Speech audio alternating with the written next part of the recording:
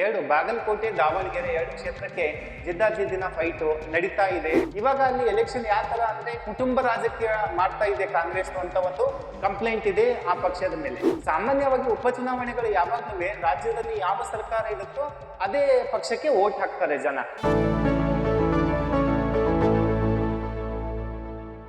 ಪ್ರೀತಿಯ ವೀಕ್ಷಕರಿಗೆ white paper digital ಮೀಡಿಯಾಗೆ ಹಾರ್ದಿಕ ಸ್ವಾಗತ. ನಾನು ನಿಮ್ಮ ವಿನಾಯಕ್ ಕುಲಕರ್ಣಿ. ಬನ್ನಿ ವೀಕ್ಷಕರೇ, ಇವತ್ತು ನಾವು ಬೈ ಎಲೆಕ್ಷನ್ ಬಗ್ಗೆ ಮಾತನಾಡೋಣ. ಎರಡು ಬಾಗಲಕೋಟೆ ದಾವಣಗೆರೆ ಎರಡು ಕ್ಷೇತ್ರಕ್ಕೆ ಜಿದ್ದಾಜಿದ್ದಿನ ಫೈಟು ನಡೀತಾ ಇದೆ, ನಡಿಬಹುದು ಅಂತ ಒಂದು ಲೆಕ್ಕಾಚಾರ ರಾಜಕೀಯ ಲೋಕದಲ್ಲಿ ನಡೀತಾ ಇದೆ. ಈ ಬೈ ಎಲೆಕ್ಷನ್ ಚಾಂಪಿಯನ್ ಅಂತಾನೆ ಹೇಳ್ಬೋದು ವಿಜೇಂದರ್ಗೆ. ಇತ್ತೀಚೆಗೆ ಕರ್ನಾಟಕ ರಾಜ್ಯದ ಅಧ್ಯಕ್ಷ ಬಿಜೆಪಿದು ಕೂಡ ಆಗಿದ್ದಾರೆ. ಆ ಒಂದು ಬೈ ಎಲೆಕ್ಷನ್ ಟ್ರ್ಯಾಕ್ ರೆಕಾರ್ಡ್ಸ್ ನೋಡಿಯೇ ಅವರನ್ನ ಬಿಜೆಪಿ ಅಧ್ಯಕ್ಷ ಮಾಡಿಬಿಟ್ಟಿದ್ದಾರೆ. ಎಲ್ಲಿ ಈ ಸಾರಿ ಕೂಡ ಅವರು ಮತ್ತೆ ಅದು ಪ್ರೂವ್ ಮಾಡ್ತಾರ ಅಂತ ಒಂದು ಪ್ರಶ್ನೆ.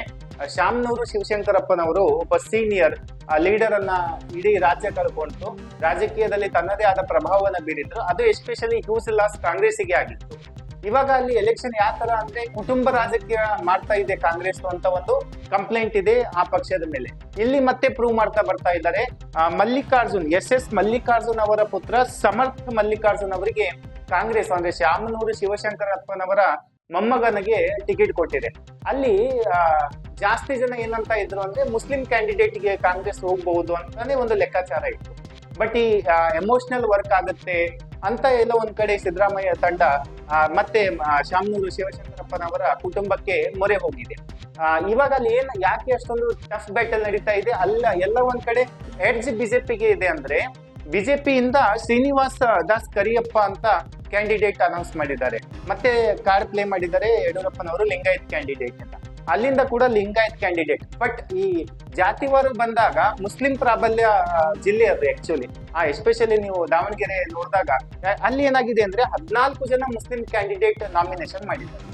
ಈಗ ಏನಾಗಬಹುದು ರಾಜಕೀಯ ಲೆಕ್ಕಾಚಾರ ಯಾವ ತರ ನಡೀತಾ ಇದೆ ಅಂದ್ರೆ ಈ ಸಿದ್ದಿಕ್ಕಿ ಅವರು ಇವತ್ತೇನೋ ವಾಪಸ್ ತಗೊಂಡಿದ್ದಾರೆ nomination. But still 14 members are in the battle. ಏನಾಗಿದೆ ಅಂದ್ರೆ ಈಗ ಕಾಂಗ್ರೆಸ್ ವೋಟ್ ಪೊಲರೈಸ್ ಆದ್ರೆ ಏನರ್ಥ? ಬಿಕಾಸ್ ಮುಸ್ಲಿಂ ಫಾರ್ ಗ್ರಾಂಟೆಡ್ ಅನ್ನೋ ತರನೇ ಒಂದು ಇದೆ ಕಾಂಗ್ರೆಸ್ ಪಕ್ಷಕ್ಕೆ. ಈಗ ಅಲ್ಲಿ ಏನಾದ್ರೂ ವೋಟ್ ಒಡೆದು ಹೋದ್ರೆ ಡೆಫಿನೆಟ್ಲಿ ಅದು ಎಡ್ಜ್ ಆಗುತ್ತೆ ಯಡಿಯೂರಪ್ಪನವರಿಗೆ ಅಂದ್ರೆ ಬಿಜೆಪಿ ಪಕ್ಷಕ್ಕೆ. ಶ್ರೀನಿವಾಸ ದಾಸ್ ಕರಿಯಪ್ಪನವರು ಅಲ್ಲಿ ಗೆಲ್ಬಹುದು ಅಂತ ಒಂದು ಲೆಕ್ಕಾಚಾರ ನಡೀತಾ ಇದೆ. ಸಾಮಾನ್ಯವಾಗಿ ಉಪಚುನಾವಣೆಗಳು ಯಾವಾಗ್ಲೂ ರಾಜ್ಯದಲ್ಲಿ ಯಾವ ಸರ್ಕಾರ ಇರುತ್ತೋ ಅದೇ ಪಕ್ಷಕ್ಕೆ ವೋಟ್ ಹಾಕ್ತಾರೆ ಜನ. ಈಗ ಅಲ್ಲಿ ಕೂಡ ಅದೇ ರಿಪೀಟ್ ಆಗುತ್ತಾ ಅಥವಾ ಈ ಬೈ ಎಲೆಕ್ಷನ್ ಚಾಂಪಿಯನ್ ವಿಜೇಂದರ್ ಮತ್ತೊಂದ್ಸರಿ ಪ್ರೂವ್ ಮಾಡ್ತಾರ ನಾನು ಅದಕ್ಕೆ ಸೀಮಿತ, ನಾನು ಅಲ್ಲಿ ಎಕ್ಸ್ಪರ್ಟ್ ಗೆಲ್ಸ್ಕೊಂಡ್ ಬರಕ್ಕೆ ಅಂತ? ಗೊತ್ತಿಲ್ಲ ವೀಕ್ಷಕರೇ. ಕೊನೆಯದಾಗಿ ಮತದಾರರ ಮೇಲೆ ಇದನ್ನ ಬಿಡ್ತೀವಿ. ಈ ಚುನಾವಣೆ ಟ್ರ್ಯಾಕ್ ಮಾಡ್ತಾ ಬರ್ತೀವಿ. ಇನ್ನು ಏನಾದ್ರೂ ಮಹತ್ತರ ಘಟನೆ ನಡೀತಾ ಇದೆ ಅಂದಾಗ ದಯವಿಟ್ಟು ನಮ್ಮ ಕಡೆಯಿಂದ ನಿಮ್ ಜೊತೆ ಶೇರ್ ಆಗುತ್ತೆ. ಏಪ್ರಿಲ್ 9ರಂದು ಮತದಾನ ಇದೆ ಆ ಒಂದು ಬೈ ಎಲೆಕ್ಷನ್ಗೆ. ಮೇ 4ರಂದು 5 ರಾಜ್ಯಗಳ ಚುನಾವಣೆ ಜೊತೆಗೆ ಆ ಒಂದು ನಗರದ ಕೂಡ ಚುನಾವಣೆಯ ಫಲಿತಾಂಶ ನಮ್ಮ ಎದುರಿಗೆ ಇಸಿ ಎಲೆಕ್ಷನ್ ಕಮಿಷನ್ ತಂದಿಡುತ್ತೆ.